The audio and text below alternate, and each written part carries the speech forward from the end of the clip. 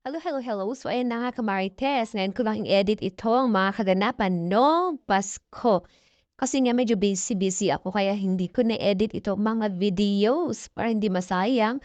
Siyempre, i-edit ko para mapanood yung mga kaganapan sa amin. So, ayan na nga.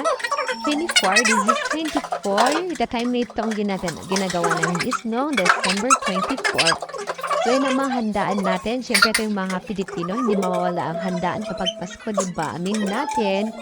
So, ayun na yung mga handa namin na first. Niluluto namin yung salad at graham. So, ako ang nakatulong sa salad at si ate naman sa graham. Pero sa huli, ako din naman ang gumawa. Charing! So, ayun na si mother. Hinahanda na yung mga ingredients ng salad. Of course, yung cheese, yung raisin, yung mayonnaise, at yung condensed oil. Ala, guys, nakalimutan kong chinel yung cream. Kaya, ganyan, hindi siya sticky, watery siya. So, ayan na nga, hinalo-halo namin. Tapos na nilagay lahat ng mga ingredients. Ayun yan.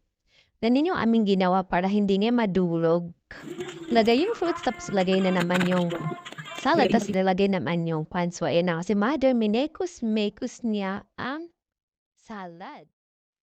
At ayan, pagkatapos namin minekos-mekos tong mga salad at mga graham, nilagay na namin sa Tupperware at ipapamalamig natin. Di ko nga alam kung magiging perfect yung graham kasi dapat kaninang umaga pa namin ni-ref para na-absorb nung biscuit yung gatas para maging talagang graham cake siya. So, ayan, let's mekos, mekos, and mekos. 3, 2, 1. So, ayan na nga, pagsapit ng gabi, pumunta na kami sa taas. Doon kami mag-Christmas at doon na nilaluto yung japchae, Korean japchae, ganun. At doon na kami magpupuno, ganun.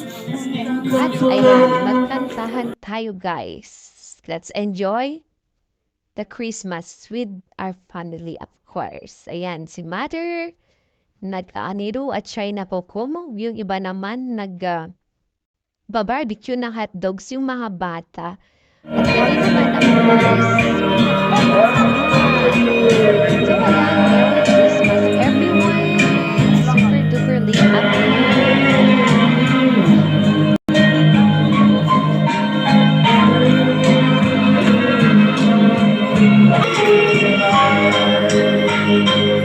Low battery. Please charge.